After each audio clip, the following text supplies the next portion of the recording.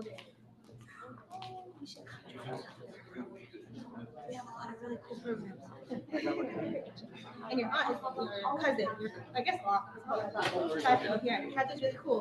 Before we do start, just an announcement. We have been checking people in. If you'd like to get updates on all of our events and our programs, we would love to have you subscribed.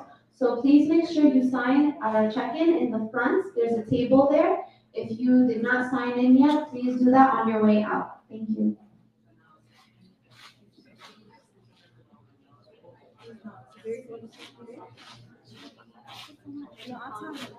He did.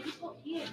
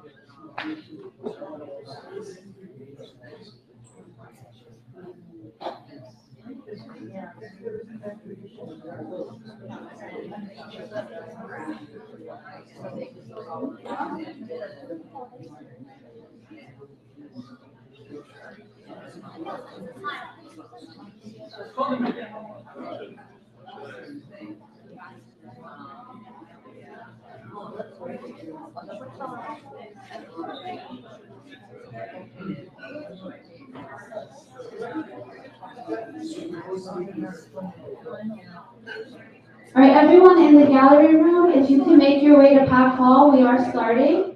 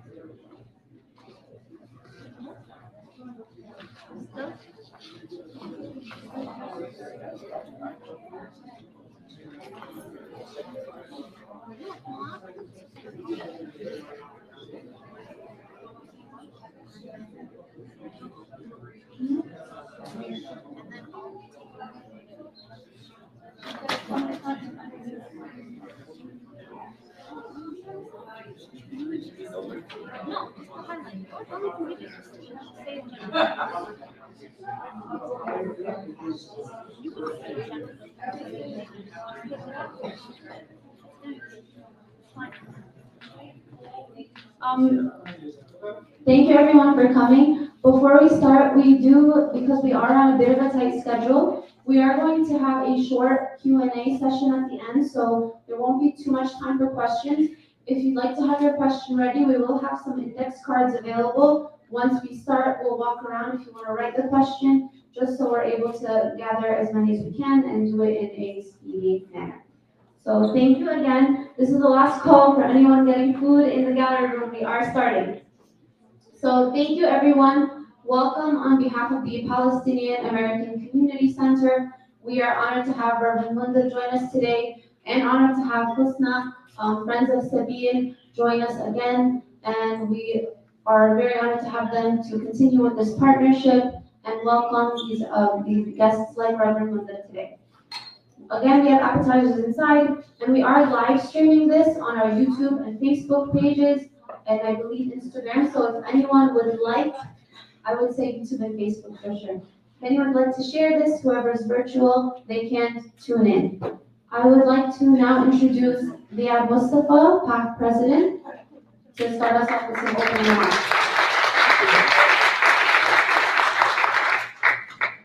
Welcome everyone. We are very, very honored today to have with us a Palestinian leader, a human being, somebody that touched the heart of every human being that cares about humanity, that cares about justice, that cares about human rights. Dr. Reverend Munther Issac we are very proud that you're among us. The Palestinian American Community Center is your home, away from home. We hope that every time you visit the United States, you would come, and we hope that you feel that you're among your people and that you feel at home. I would like to also thank FASNA for giving us the opportunity to host the Reverend today, and also the other organizations that worked hand in hand with them to make this a success. So I think the Reverend, everybody knows the Reverend, and I just for the sake of time, I'm not going to read his bio. All you need to know that he's a bridge builder, that he is a true human being, that he is a true religious person that understands the real meaning of Christianity and of religion, and that he uses that to spread good all around the world. So without any waiting anymore, please give a warm welcome and a warm reception to our brother Reverend Munther Issac.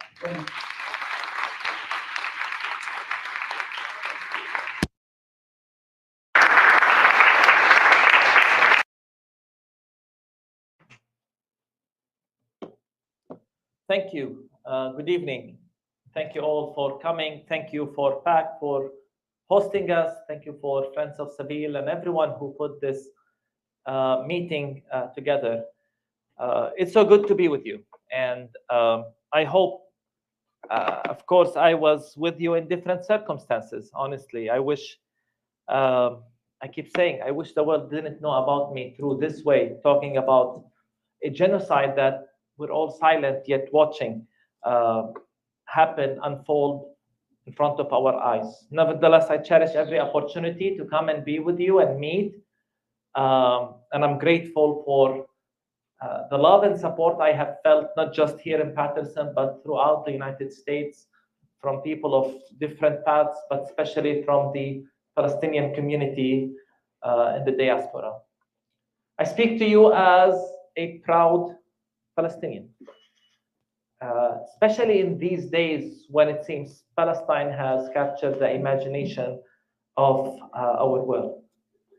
And when I see you and I see the passion, the support, the love, and hunger for justice and righteousness around the world, I gain hope, especially these days when it seems there is very, very little hope. I wish I could tell you things are improving or that we're doing okay in Palestine. We're not. We're surviving. And I think this is one of the characteristics of Palestinians. We are very resilient. We talk a lot about the Palestinian sumud. I like to talk, I feel at home I can talk freely. I like to talk about our stubbornness. إحنا شعب عنيد. We're stubborn. And when I see Palestinians all over the world continue to be strong in their belief and in their clear identity and rootedness, I have hope.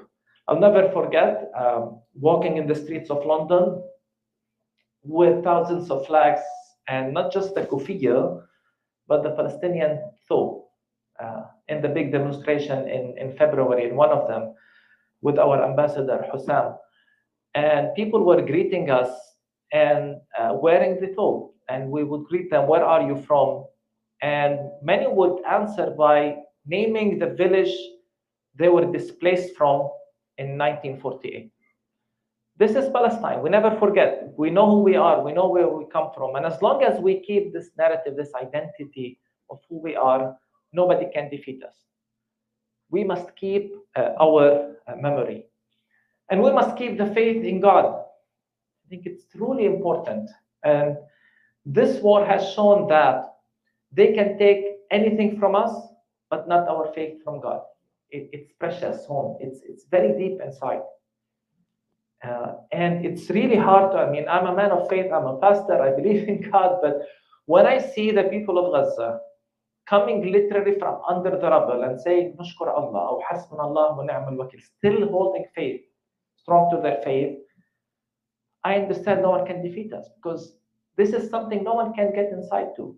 No military in the world can defeat faith if we hold firm to our faith. Throughout this tour, I've been beginning my talks by quoting the words of Jesus. Blessed are those who hunger and thirst for righteousness, for they shall be satisfied.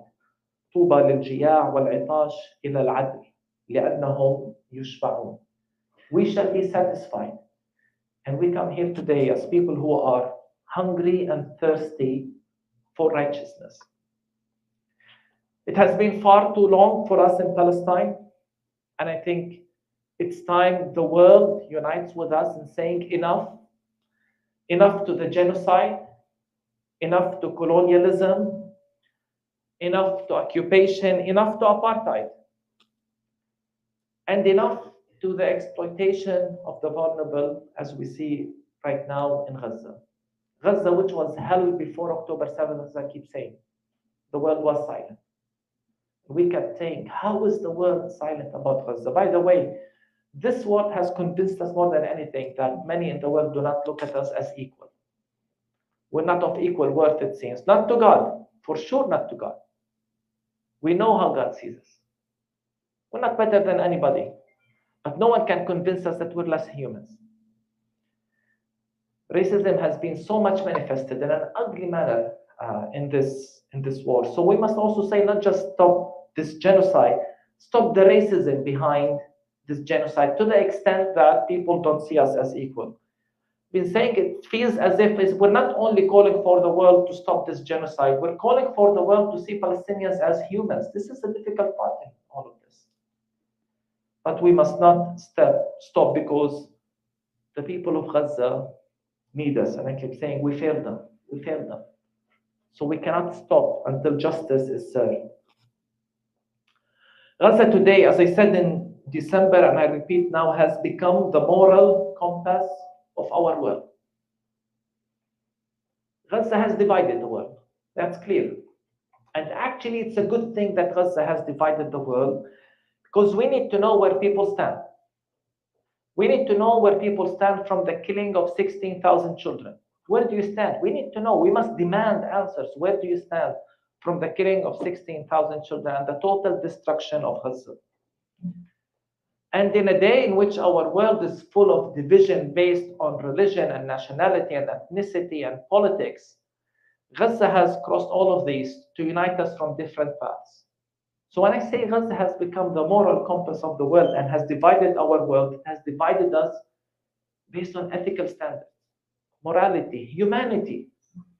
If you're okay with what's happening with Gaza, sorry, I can't help you. Especially as it's being manifested in front of all the world to see.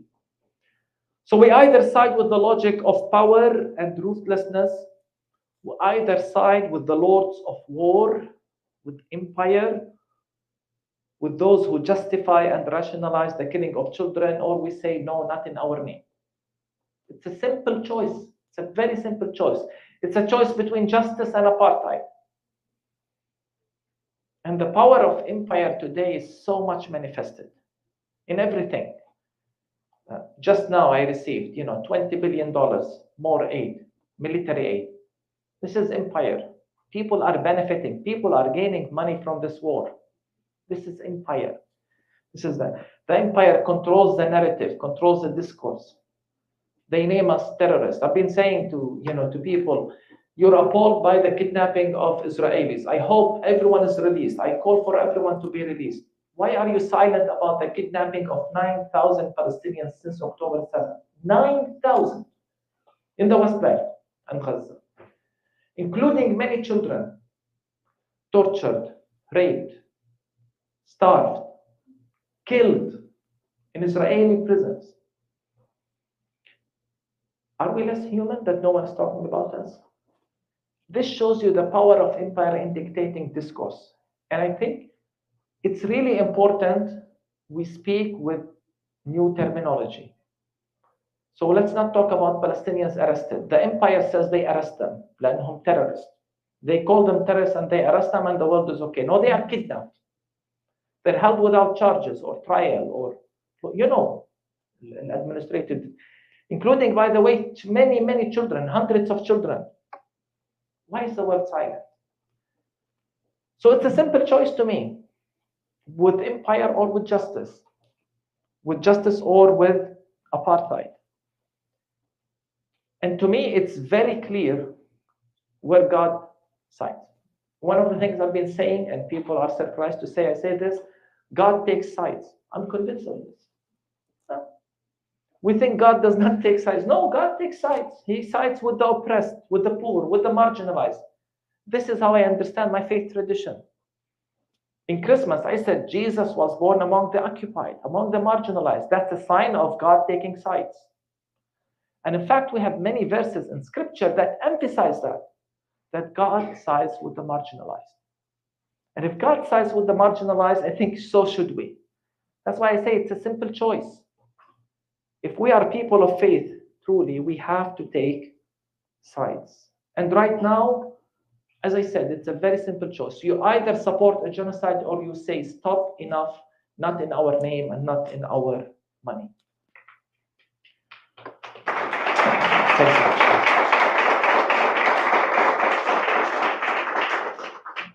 We're very grateful in Palestine when we see demonstrations all over the world.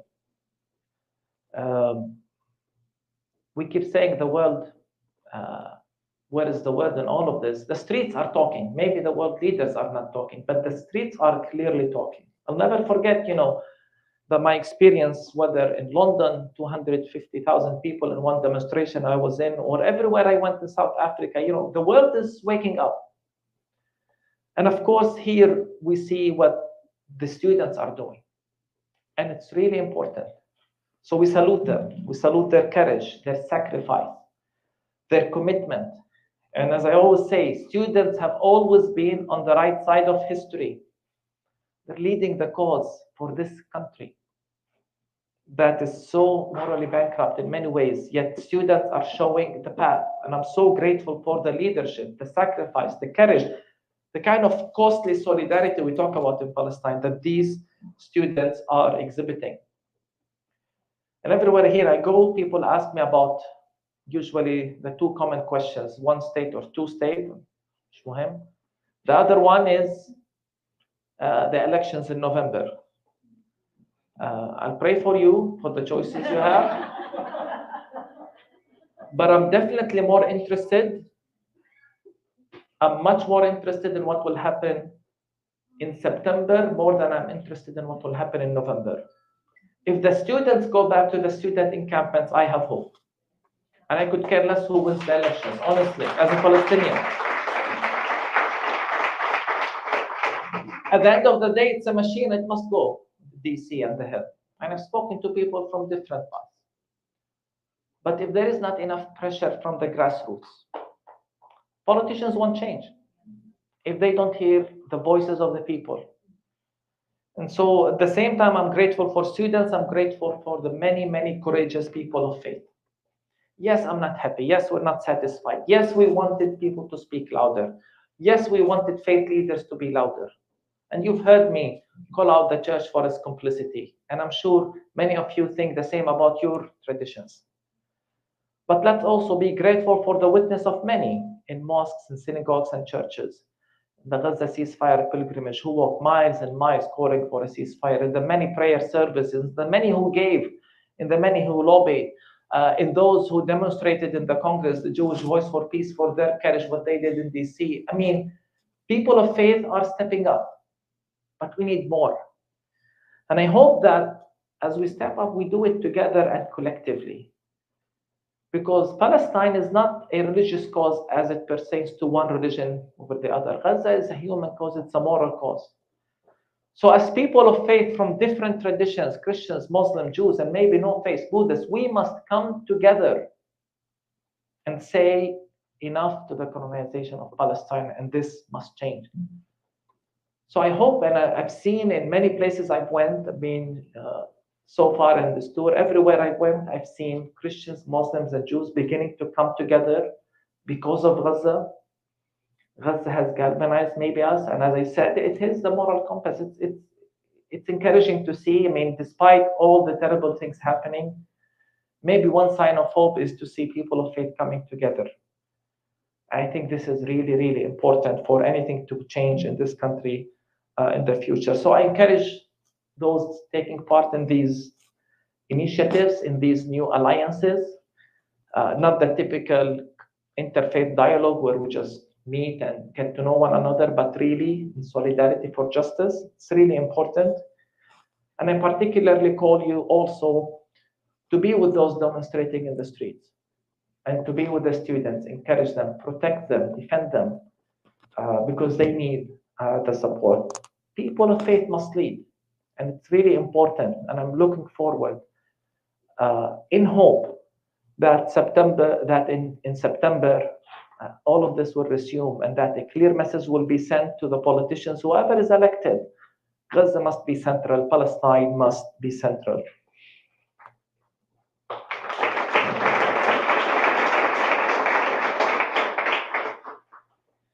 Spoken about students, we've spoken about people of faith, but I also must say I'm really encouraged by the strong commitment of the Palestinian communities in the United States, by Palestinian Americans.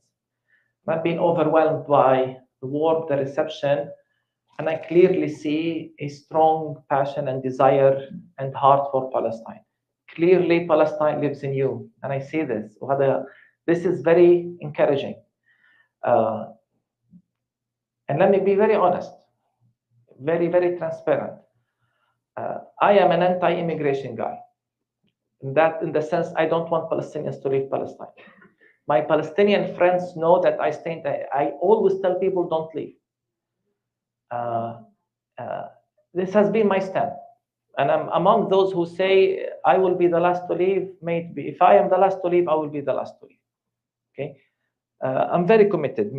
As I said, it's part of our stubbornness.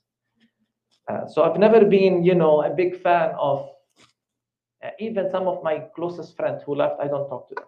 This has been my thing. Khalas, you left us. Sorry if I'm too honest and too straightforward.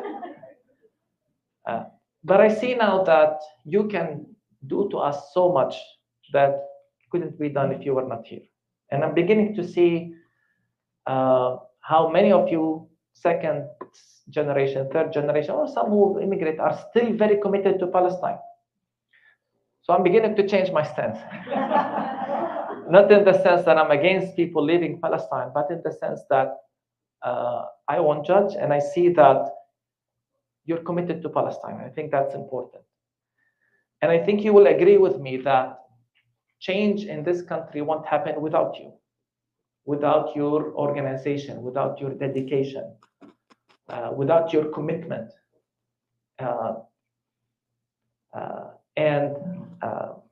I've heard it recently, and I'll say it here, that the future belongs to the organized, and I strongly hope that the Palestinian community in the United States gets organized, gets united, works collectively, and begin effective lobbying and hard work for Palestine. Passion is important, commitment is important, but commitment must be translated with acts, with giving, with lobbying. And I've seen so many who are committed to this in this trip, more than ever. I come to the States a lot. And I engage with people a lot. I've been coming on these tours for a long time. Maybe I haven't even met with the Palestinian community. Most of my time I speak to churches and faith leaders. But the path to Palestine must go through the Palestinian community in the diaspora in the United States, through your lobbying, your organization, your commitment. The people of Palestine count on you. We need you. We need your support. And I think all of us agree that the people of Gaza deserve our support. When I say we failed them, we failed them. So let's do something and let's get organized. I don't live here. I don't know what needs to happen exactly. You need to get things together and get together and know what needs to be done.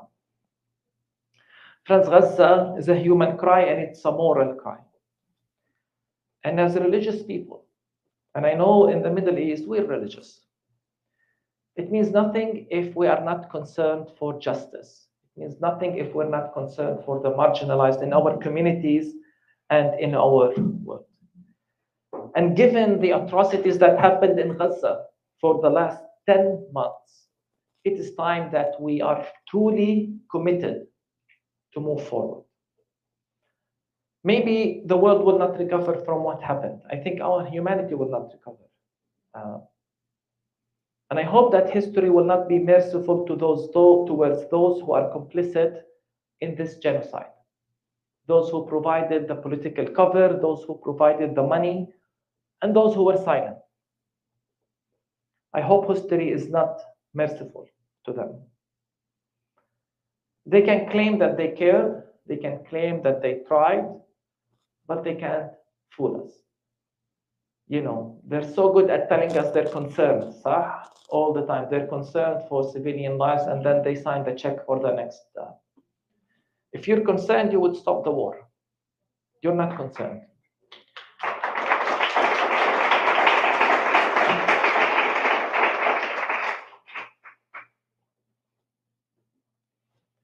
And I think as long as we don't remind them that they are complicit in this war, they will be okay with it. As long as that we don't call them. And I have no problem telling anybody in their face, you know me, you're complicit in this war. And that the blood of the children of Gaza is on your hand. We must use this strong language. We must not let them get away with killing children, not just because they're Palestinian children, with killing children in such a way. So thank you for everything you're doing. Thank you for supporting us. And it's time we unite to turn the table on the lords of wars. I'm grateful for the streets, for the places of worship that today hold moral authority and credibility more than anybody else. In a time when the so-called civilized world that praises human rights and international law are committing a genocide, we must continue to call them out. We must not fall prey to the lies of empire. Today I keep saying, I don't want any American or European to lecture us on the human rights or international law again. Enough.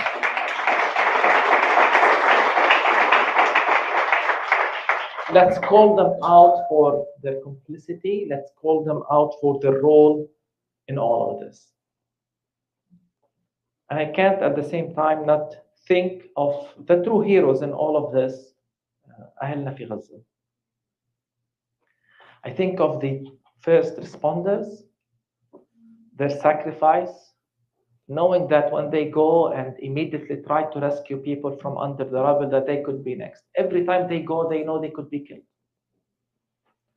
I think of the journalists who are risking everything so that the world knows what's happening. Those are the ones with true honor, not the so-called civilized world that meets in the UN and tell us about human rights and do nothing. This is true honor. Think of the medical workers. Some doctors work 24 hours non-stop in the worst possible circumstances. Those are the true heroes, many of whom sacrifice their lives. Not just, it's a slogan. No, literally sacrifice their lives to save lives. The Bible talks of them as people the world was not worthy of them. And I think this is so true. They are too honorable for our corrupt world. So to honor them, we should not rest until this war has ended. This should be our commitment. We owe it to the people of Gaza, to the children of Gaza.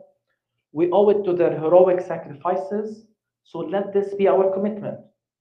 We should not fail them. And we cannot and should not stop talking about Gaza. And many I know have been tired. It's been 10 months. We cannot stop talking about Gaza. We cannot stop demonstrating. We should not stop. This is the least we could do to them. Because when all is said and done, all of us will give account to what we have done. I believe in God. I believe in the justice of God. And I want to know how to answer when I'm asked the question, where was I when Gaza was going through this genocide? At least I want to say I tried. I said something. I cried in pain. I prayed. And I want to know how I answered this to the survivors of that genocide. And I hope we can all say we were in the streets, we were in the squares, we were in parliaments, we were praying, we were demonstrating, we were trying our best to turn tables on the Lord of Wars. We were advocating, we were pleading, shouting that this genocide must stop. And I hope that we were working for justice. This is what unites us together. We are thirsty for justice and righteousness. I've heard it said that colonialism has an expiry date. So let's believe in that. It is so hard right now. I know it's hard. And I know it sounds wishful thinking to say that justice will be served. But if we lose that hope that apartheid will end and that justice will end and that we will see a day in which Palestine will be free of occupation and apartheid, if we lose that hope, then I don't know, is there any reason to continue living if we truly believe that evil will ultimately win? Something wrong if we truly believe that we cannot change things. I refuse to live in a hopeless reality. I refuse to live in a reality in which I know that evil will triumph. So let's not lose the faith. And let's continue our hope and faith in God, because we believe in the God of truth and justice. And let's continue to repeat, let justice roll, let freedom come. We will see it. It sounds difficult, it sounds so far away, but we will see it. But we will not see it without our own commitment. And in these dark days, let us survive. Before talking about hope and future and one day, no, let's survive. And as I keep saying in my church, the tunnel is so dark, we can't find any switch to turn any light on, but we can light very small candles. Each one of us, each one of you can light a small candle. Believe me, every little effort makes a difference. So never feel this hopelessness that I sense sometimes some have. No, every little effort makes a difference. Call, engage, challenge, do whatever it takes. And every little effort can make a difference. Let's all do our role in lighting these small lights in the middle of a dark tunnel until justice is served. Friends, in conclusion, I want to say this. Never in my life, and I mean this, have I been more proud and honored to be a Palestinian more than these last 10 months.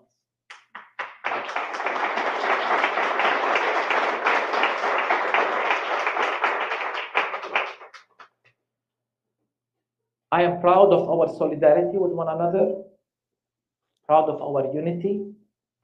The people are united. Don't be fooled by the politicians. We are united.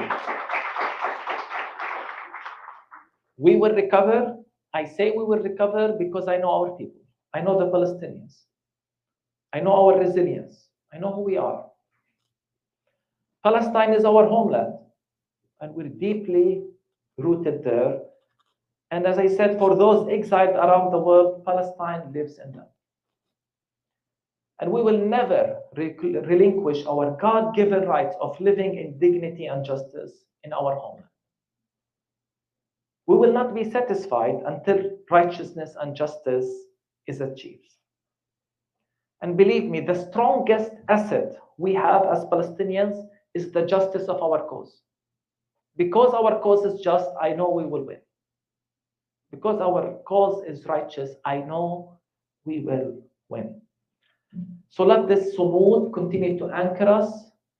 Let's continue to have the hope anchored in the just cause, in our historical rootedness in the land. So thank you for everything you're doing. Continue the fight until Palestine is free. Thank you for everything, and God bless you.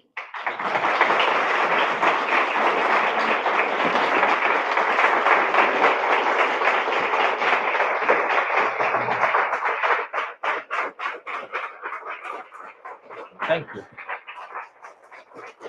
Shukran. Thank you. Thank you. Please be seated. Thank you.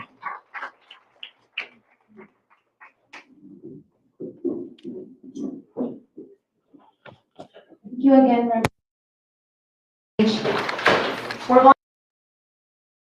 You're very tired. Just a few minutes of questions. If anyone has a question, if you could raise your hand, we'll bring the mic over to you.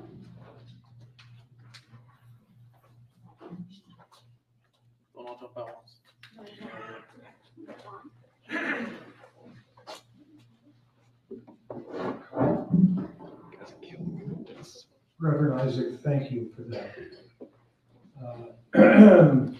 You emphasized that colonialism has an expiration date. And you emphasized the horrifying role of empire. That empire is coming down.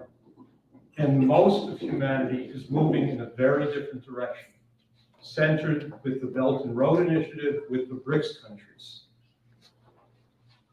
What we represent is an international peace coalition, which met a few days ago with about 600 people from 50 countries who are organizing internationally for a new paradigm of physical economic progress typified by what we call the OASIS plan, which I think you're familiar with, in Southwest Asia. That is the coming together, as in Westphalia in the 17th century, of Israeli, Palestinian, Arab around their mutual interests in the idea of development, water development, infrastructural progress as the only basis for justice and for peace. And so I would just ask your participation in such an international peace coalition. I think our friends have met you on a number of occasions, and I'd ask your thoughts about the potential represented by the BRICS countries, beginning with a China which has eliminated extreme poverty amongst 850 million Chinese, and which is spreading infrastructural progress throughout the global South, and emphatically in Southwest Asia. So I could elaborate, but I don't want to take up too much, but I would ask your thoughts on that process.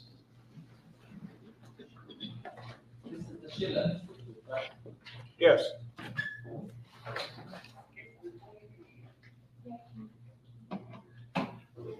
Can you hear me? Yes. Like a pilot now. I don't know. I'll just hold it. That's right. No, thank you. And I think there is strong commitment, and it seems a very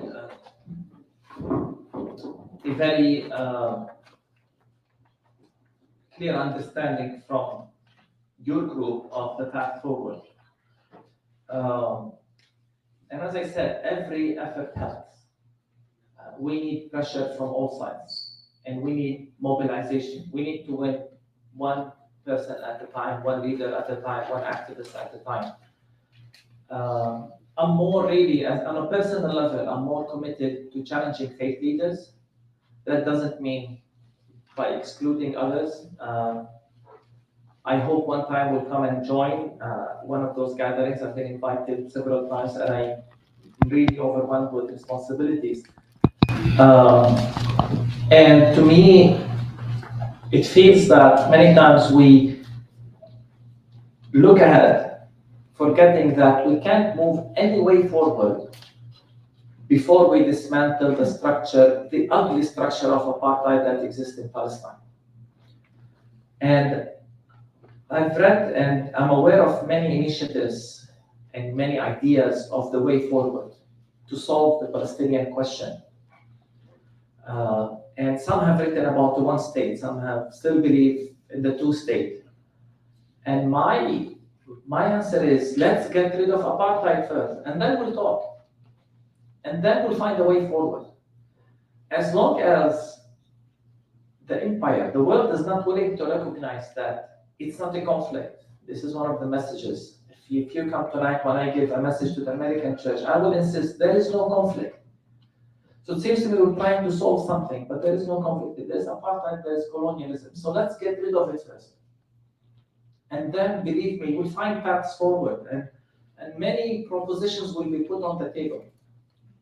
So I welcome every initiative, and I see the zeal, I see the commitment. But I hope that part of that plan is dismantling apartheid in Palestine so that we can push forward for peaceful solutions.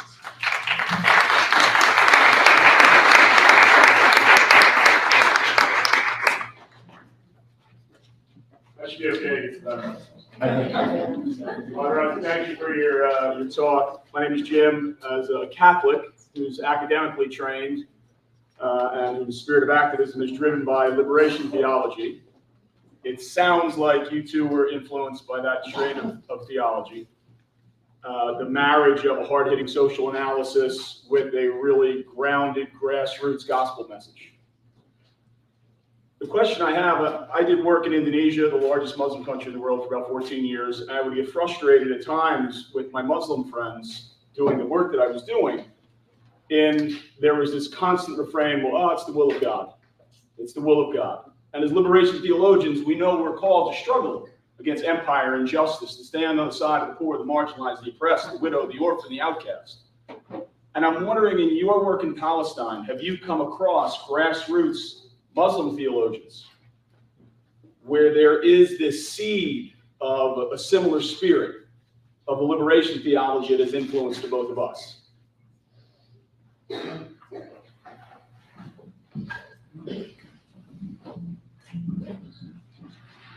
In terms of talking about liberation theology in the way you and I maybe are more accustomed to in our circles, I've seen something like very similar in South Africa. Islam in the Middle East is heavily influenced by the Islamic Brotherhood, a vision of faith that is, or religion that's part of everyday life. It definitely seeks social justice, but also in certain contexts sees the role of armed and violence in achieving justice and the reign of God on earth. So there's definitely, you see, the things we try to argue for in Christianity in faith of, a lot of Western Christianity emphasize the individual and the spiritual. That's not part of the main course, in my understanding of Islam, because faith in Islam gets into every detail of life. Sometimes we think maybe too much details of life, but that's the reality of Islamic theology, which seeks to apply the will of God, Shara Allah, on earth. So it's different actually. So it's actually the norm to think in this way in Islam, but of course it seeks to be part of the political discourse. I think in liberation theology, we always tend to criticize or be outside of politics or criticizing politicians. And we think that once faith leaders become politicians, this is when things go wrong. So there are some dissimilarities between both strands. I hope that helps, that makes sense. I hope علماءنا هنا ما أخطأتش في الشرح.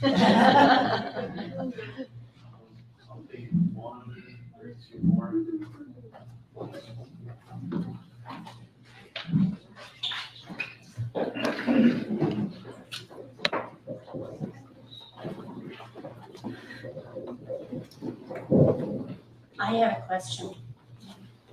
One of the hardest questions I'm ever asked as a Palestinian Christian is, when did you convert? My answer is usually about 1970 years ago. Our families walked with him, and people tell me, you shouldn't say that. How would you advise us to answer that question? And how can we promote unity in Palestine and not be divisive, but still hold on to both our identities as a Christian and a Palestinian in this kind of environment?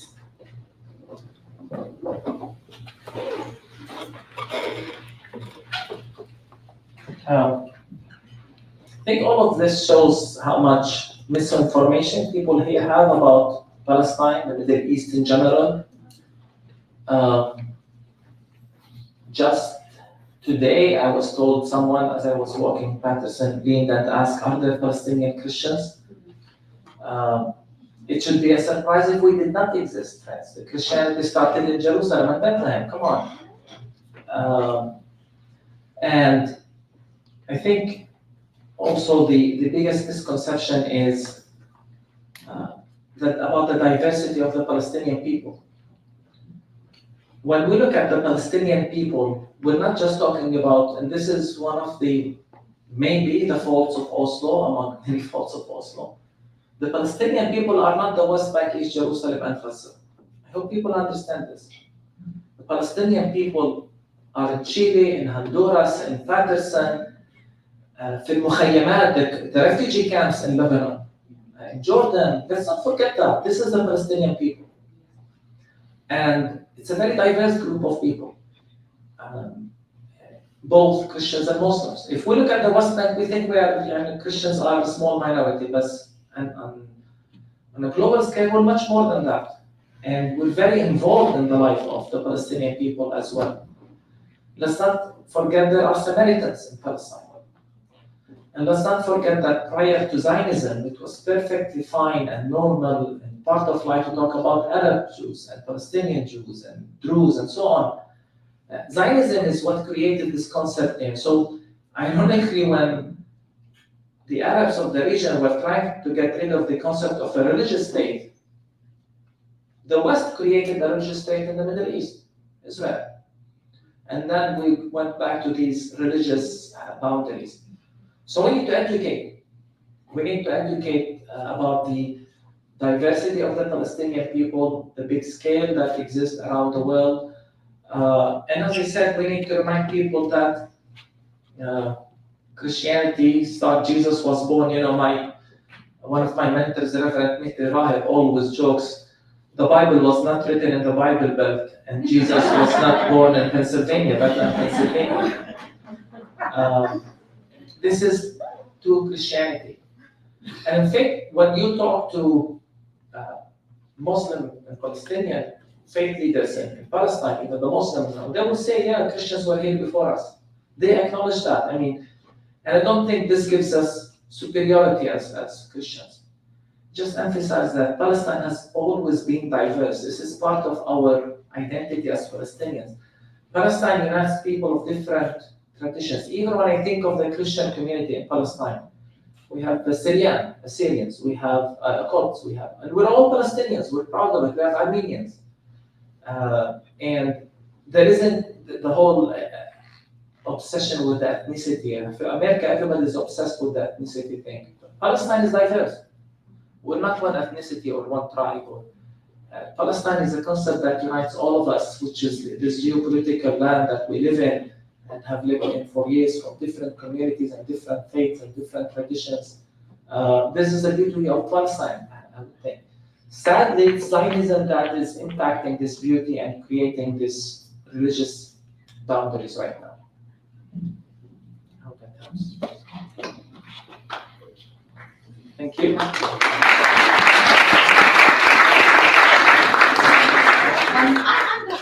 Okay, last question. Yes, last question.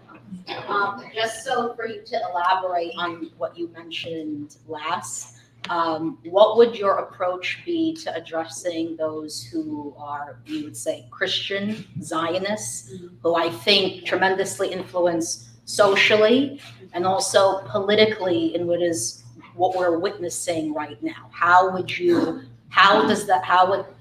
we address and combat that in the time right now? And to elaborate on that, we hear a lot of politicians say, like, this is justified because in order for the end to come, Israel has to go back, and they start bringing up all this history that we're not familiar with. So how do you address that? So let me do more advertisement. Come to the 7 o'clock talk.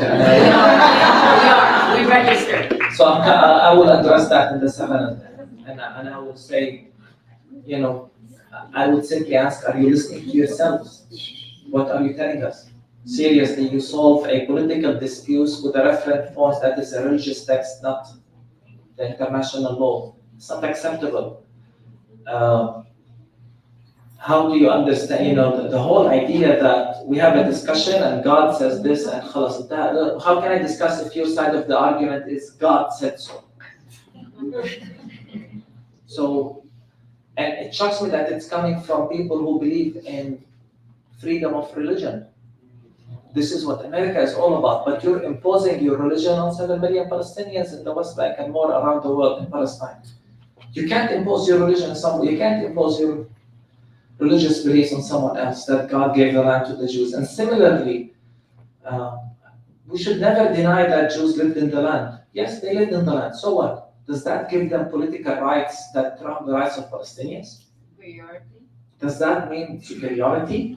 No, no one should accept that. So here's what I would also say, I think, and don't be surprised that I say this. I think don't give up on the so-called evangelical right. Many times they are just misguided, they don't know. Believe me, I've seen many of them change. It all depends on the approach. How do we reach to them? They don't have personal one-to-one relationship. Now, granted, many of them will never change, but that exists in every community. Many are in the middle, and they believe this because this is the only way they were taught. They have never heard the other option. They have never heard it. And as much, we try, we're writing books, done hundreds of videos and books, and we're doing our best, especially as Palestinian Christians. We feel obligated to do this. We call our friends in churches here to do the same. But many times we can do the same by just building one-on-one relationship with them. And believe me, I've seen many change by a kind, soft approach. And I know it sounds horrible, and it actually reveals the hidden prejudice many people have. And let's call it for what it is. Because many times, when they say, when I met you, I discovered that Palestinians are nice. But we're monsters. It's okay. Let them meet us and get to know that we're nice and hospitable and so on. So if we take the approach of, those white evangelicals or the right, they will never understand us, I don't think we're going anywhere. But if we are kind to go beyond and talk and build relationships, believe me, I've seen many of them change. And many of them will immediately question their own beliefs and suppositions and what they believe, and they will search and find answers themselves. And if they need help in finding answers, always refer them to our books. Always refer them, honestly, and so I always say, refer them. Have you heard this pastor from Bethlehem? He wrote a very good book. I recommend it to you. So use these methods in which we have explained things in a very simple way. We've written books that specifically target American Christians. So point them to those books or these videos that exist online. But believe me, the best way is these personal relationships.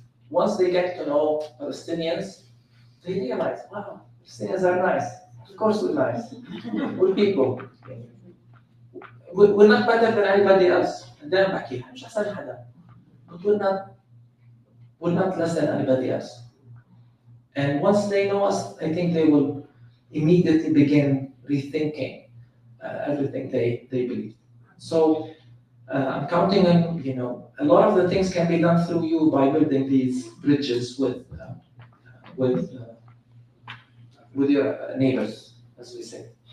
In my book, The Other Side of the Wall, I've also, and believe me, I do this all the time. When American pastors come to me and say, what do you want us to do and what do you advise? I say, look for a mosque in your neighborhood and go and reach out to them.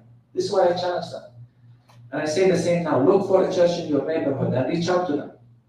This is the best way forward. Personal one-on-one relationships that will break so many prejudices and walls that we have created with one another. Thank you.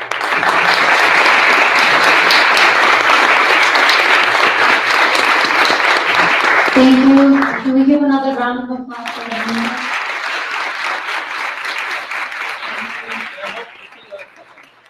My main focus is at 7, so my prepared main points are at 7. So Thank you. So the last thing we're going to do is a quick meet and greet, but before we do that, we are going to have some closing remarks with Catherine Cunningham of Fosna, New Jersey, who I've worked very much with recently and before, and we hope to continue to work together with.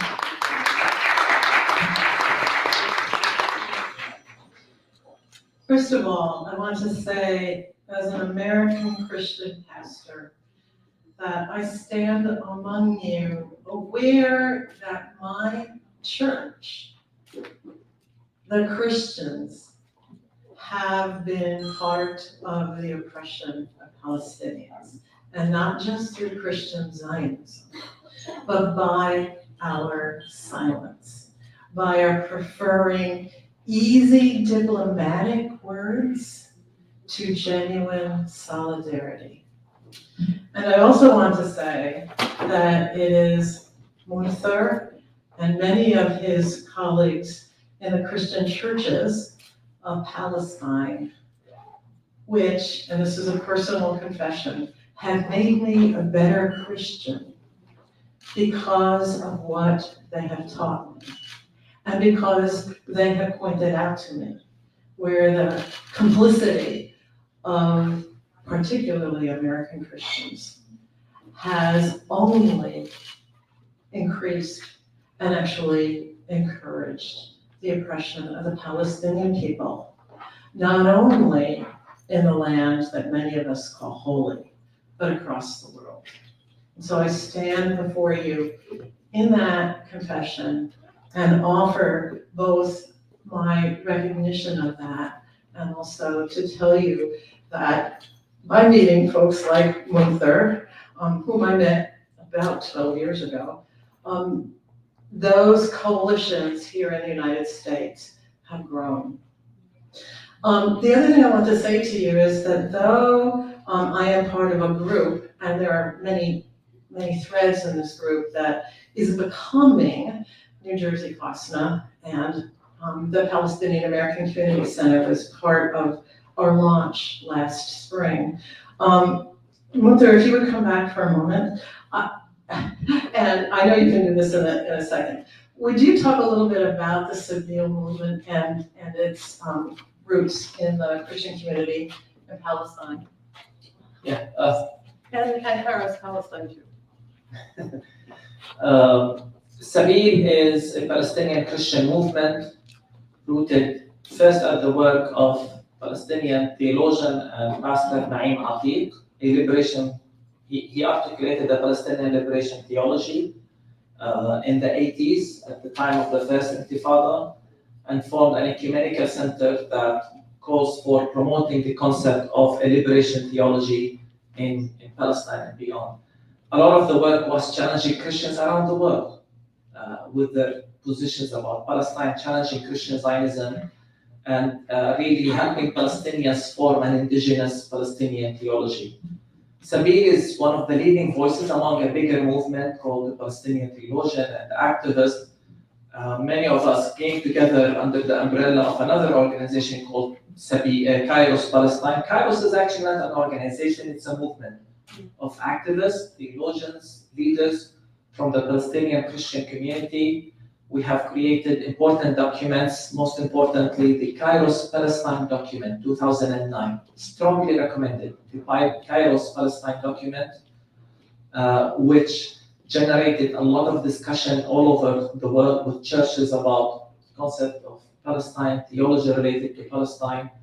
The Kairos Palestine, as does Sabeel, called not just for change of attitude, but for active nonviolent resistance.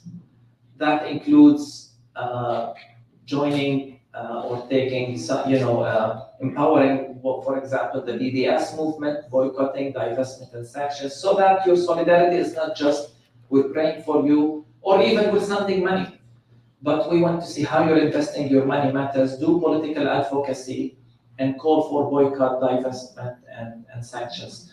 So Sabeel has been working all over the world, including the United States, has movements in different countries, but also here in the United States is very well organized with chapters in different states, and works mainly with churches, but also beyond that with other faith communities to promote justice for Palestine from a faith position. Thank you. I felt it was probably more important to come from you, and thank you for that. So, again, it's late. Actually, it'd be great if Munther had a few more minutes to breathe before he goes on to the next event. All I can say to the Palestinian American Community Center, as I have been saying for months, is thank you. And Basma, you have been our intersection point. You have been the truest partner that anyone could want to have. And through her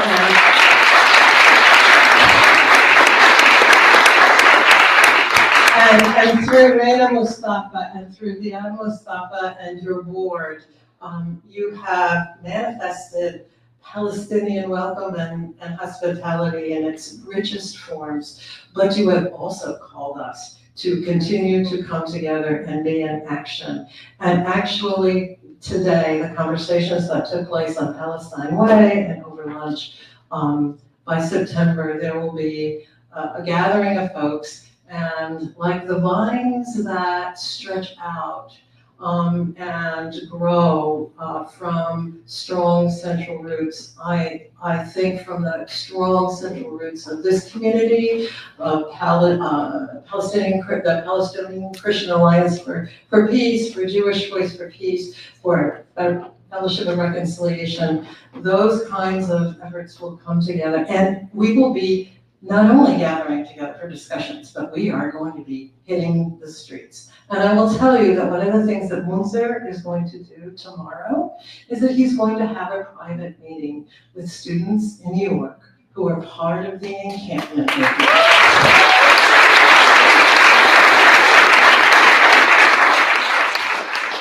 So it is time to have some more of the wonderful food out there. And once again, my thanks to all of you for coming and for your generosity and your support and love.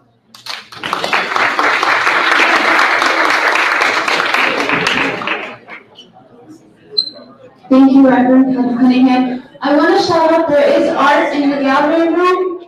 We have art that's for sale. We're going to have a little bit of time for photos, but we ask that you line up in the gallery room instead of in front of the backdrop, so we can do it as quickly as possible. Thank you.